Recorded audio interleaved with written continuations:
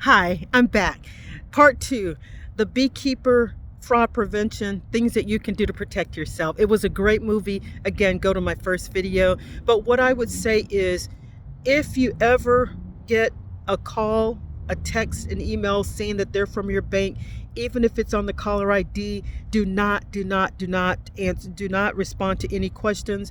The bank will never call you for your account information. They will never call you for your balances. They will never call you for your social security number. They will not call you for your passwords. They have that information. They don't have the passwords, but they have all of your, demographic information. Do not respond to it, even if it says TD Bank as an example, or any bank or financial institution.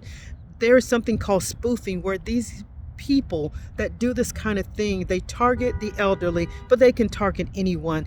It will show up as your bank name, but it's not really a representative. The bank will typically send you some type of communication, either a letter, they'll send you an email, but even with the email, look at the address that's sending it to you.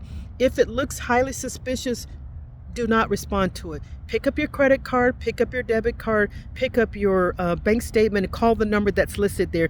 That is the true bank number. Do not fall for these scams and schemes. Another thing you can do to protect yourself, again, I worked in banking for many years. I have a wide variety of backgrounds: human resources, banking, jack of many trades, or Jane of many trades. So I would suggest that you contact each of the 4 credit bureaus. Most people think it's only 3, but they're 4. Put a security freeze on your credit file. What that does is, it's a free service.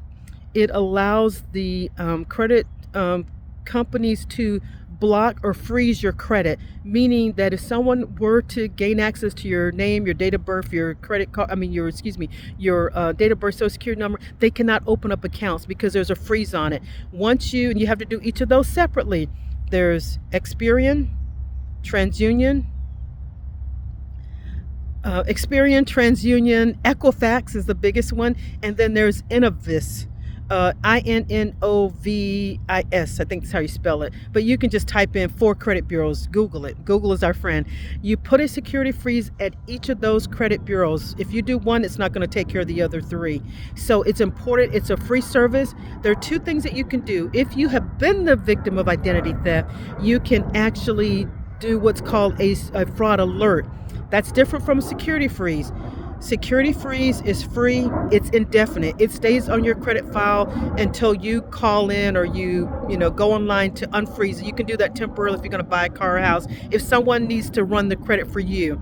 The fraud alert is only good for, I think, 12 months, and it drops off automatically. So if you don't remember to renew it each year, it's going to fall off. And what that is really, in my opinion, more reactive. It's just a statement on your credit file that you've been the victim. Please call this number. Think about it. If you're doing something scandalous, you're going to bypass that notice. But if there's a security freeze, it's a lock on your credit report, so that no one can run your credit file.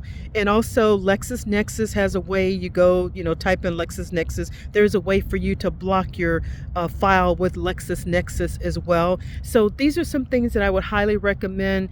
I've seen so much fraud. It's very debilitating. It's demoralizing. It can cause a tremendous financial burden if literally someone taps into your account and they literally wipe you out. You can try to file a dispute with your bank. It depends on the nature of the situation. If you have, my apologies. If you have provided information willingly, even though it wasn't intentional, you may or may not be able to get your funds back from the bank. Depends on the bank, depends on what their policies are. So I'm warning you to be proactive. Put the credit freeze. Do not respond to anyone that says they're from your bank. I don't care if it's a text, phone, or email. Pick up your credit card, pick up your debit card, pick up your bank statement, call the number that's printed there.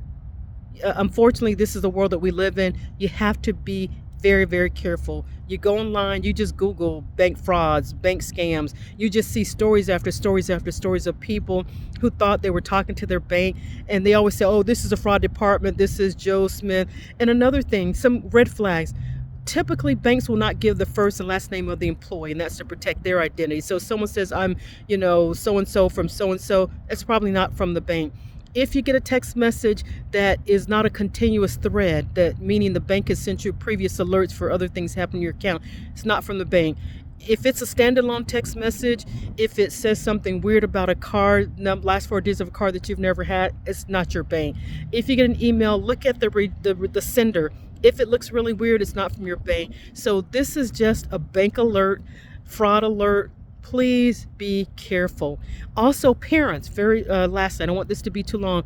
Put a security freeze on your children's identity through the credit bureaus I just mentioned, Equifax, TransUnion, Experian, Innovis. Because what criminals will do is they will use your children's identity. So by the time, they get to maybe 18 and they try to buy their first car, get an apartment, their credit is already shot and you would be none the wiser, because these people they're so organized now. They're big rings of these, individuals and, entities. So again, take care and be safe and be aware.